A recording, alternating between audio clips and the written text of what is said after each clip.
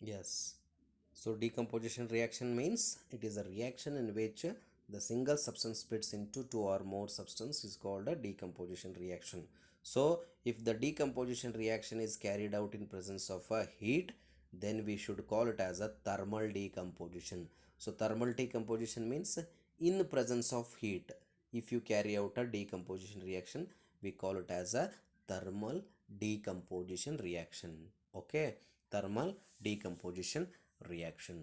Okay, then if the reaction, the decomposition reaction is carried out in presence of sunlight, in presence of sunlight, we call it as what, photolysis or photochemical decomposition. We can call it as a photochemical decomposition. So AgCl, that is a silver chloride, splits into silver plus chlorine, that is Ag plus Cl2, that is what, photochemical decomposition reaction. So okay, it is not a thermal decomposition, it's a photolysis or photochemical decomposition.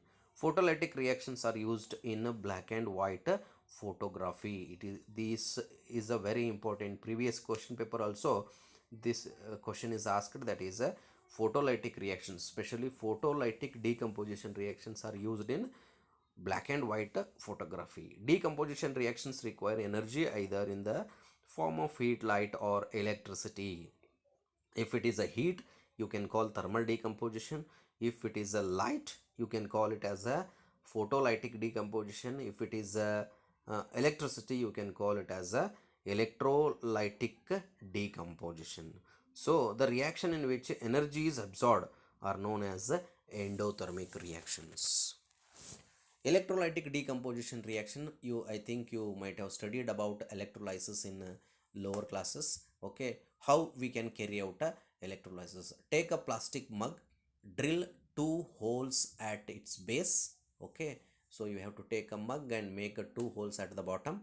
Okay, fit rubber stopper in these holes, insert carbon electrodes in these rubber stoppers. Okay, so then connect these electrodes to 6-volt battery. You are supposed to connect it to the 6-volt battery. Fill the mug with the water such that electrodes are immersed.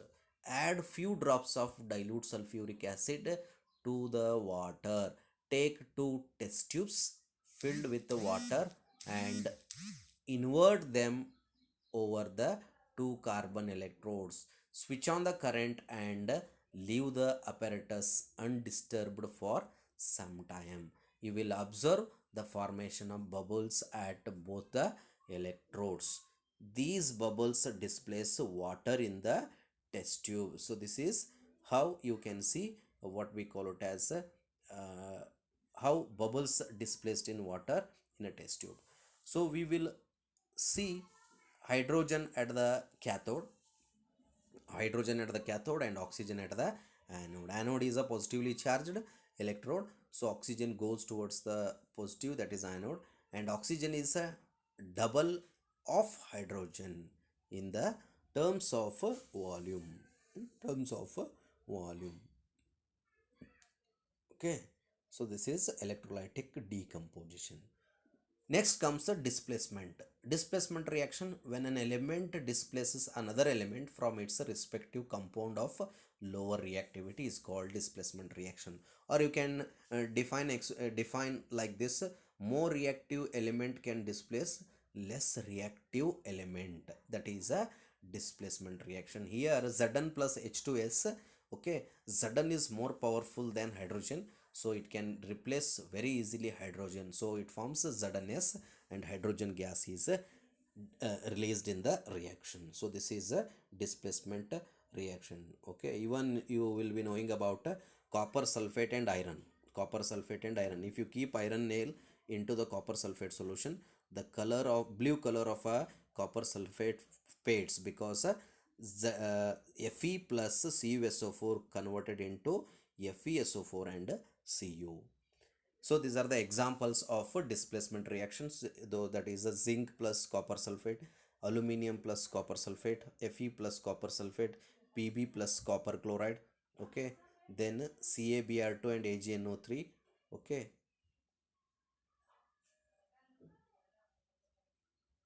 So these are the examples of displacement reaction. So you can see displacement reaction in only first, second and third, fourth you can take as example of displacement reactions. That is till Pb plus UCl2 gives rise to PbCl2 and Cu. This is these are the best examples of displacement reaction. So last one we'll go for double displacement reaction. Okay, fourth one, the reaction in which the exchange of ions between the reactants are called double displacement reactions. These reactions are also called precipitation reactions. Okay, in exams sometimes double displacement reactions are also called precipitation reaction, because in double displacement reaction in most of the reaction there will be a PPT formation, that is a precipitate formation. Any reaction that produces a precipitate can be called a precipitation reaction. Here one example is given, AgNO3 plus NaCl. So AgNa are displaced. Okay, exchange, you can say exchange. That is why AgNO3 becomes AgCl, NaCl becomes NaNO3. So it is a double displacement reaction. In during this process, PPT is formed, AgCl so and NaNO3 which are formed will produce a PPT. That is why they are called precipitation reaction. So last one, oxidation and reduction reactions. If the substance gains oxygen, okay, during the reaction it is said to be oxidized. If it gains, it is called oxidized. If a substance loses oxygen during the reaction, it is said to be reduced. Okay, it is called simple thing. If it is gains, you can call it as a what, oxidized. If it if this if a substance loses oxygen, then you can say it is a reduced. If one reactant gets oxidized while the other gets reduced during the reaction, such reactions are called oxidation reduction reactions, or simple way we can call it as a redox reactions. Oxidation and reduction reactions are called redox reactions. So here what happens, one is oxidized and at the same rate other is reduced in the reaction. If the substance gains oxygen or loses hydrogen during the reaction, it is oxidized. If the substance loses oxygen or gains hydrogen during the reaction, it is reduced. So this is what oxidation reduction reaction. Oxidation reduction reaction. So here you can see very easily if examples of redox reactions. Even in terms of electron theory also you can explain about reduction reaction. So here 2Na, Na loses 2 electron. Okay, so at the same rate Cl2 gains those 2 electrons. So loss of electron, gain of electron is also you can explain redox reaction in terms of electron theory also. Okay, last one, that is the corrosion and rancidity. The last concept of this first topic, that is the corrosion and rancidity. Okay, so what do you mean by corrosion? So corrosion is a when a metal is attacked by the substance around it, such as moisture, acids, etc. It is said to be corrode, and this process is called corrosion. So the in simple way we can define, when a metal is exposed to the outside atmosphere, the outermost surface of the metal is eaten up by the what we call it as action of moisture and air. That is what we call it as a corrosion. Okay, the black coating on the silver and green coating on the copper are the examples of corrosion. So children, you will be knowing there will be a black deposition on the silver jewelries, there will be a black deposition, it is a corrosion. Okay, then a green coating on the copper, it is also a corrosion example. Corrosion causes a damage to the car bodies, bridges, iron railings, ships, and to all objects made of metals, especially those of iron. Corrosion of iron is a very serious problem. Only in case of iron we can use the word rust. Okay, corrosion of iron is called rust. You can see rusting only in iron. That is why the corrosion of iron is called rust. When the fats and oils are oxidized, they become rancid. So next comes a rancidity concept. When fats and oils are exposed to the atmosphere, they will become rancid and their smell and taste changes. Smell and taste changes. Usually, the substance which prevent oxidation, okay, so the substance which prevent oxidation are called antioxidants. So to prevent oxidation and reduction, so we are going to use antioxidants are added to the foods containing fats and oil. Keeping food in air-tight container helps to slow down the oxidation. So what we can do, we can use airtight container. So airtight container helps in the food not to undergo rancidity, okay. The process prevents the food from becoming rancid, and hence chips are flush with nitrogen gas to prevent from rancidity. That is why the Lays and chips pockets are being have a airtight, means it inside there will be air filled. That air is nothing but a nitrogen gas. That air is nothing but a nitrogen gas. So prevention of rancidity. How rancidity can be prevented? Rancidity can be prevented. Okay, the rancidity can be prevented using the following methods. First one, what we can do, adding antioxidants, substances which prevent oxidations. That is, antioxidants we are going to use to prevent what? Oxidation. Antioxidants are being used. Okay, then second one, storing food in a airtight containers.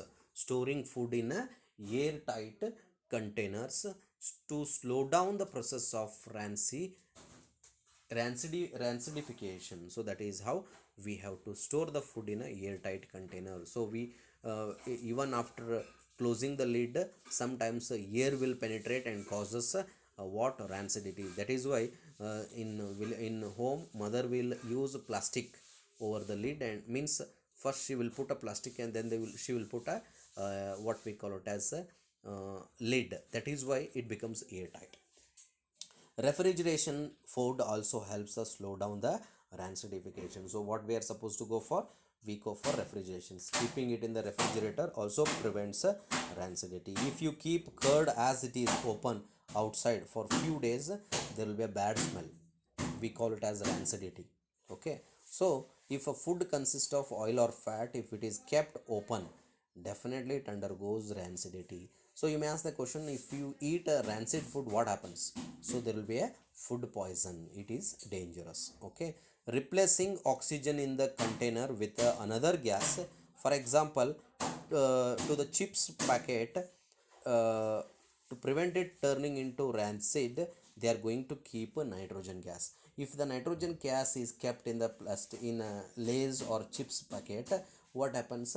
The chips which are kept inside will not undergo rancid. That is why you can prevent rancidity in this way. Okay, then the last one, the prevention of corrosion. The last one is a prevention of corrosion. How corrosion can be prevented?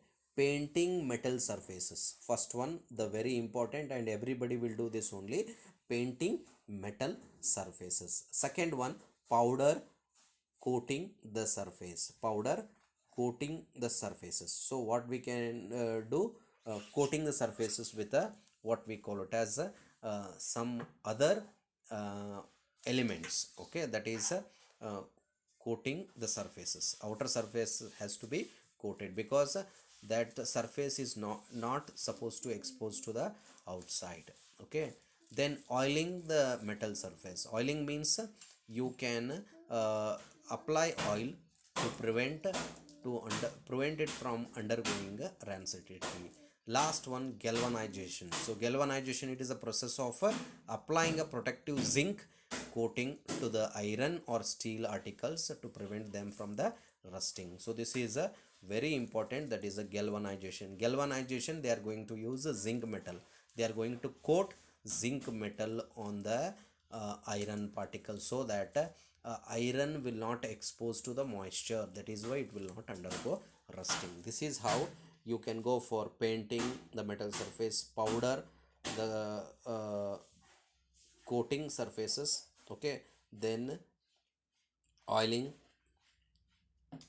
the metal surfaces, galvanization are the important methods of preventing what we call it as corrosion. Okay, so thank you.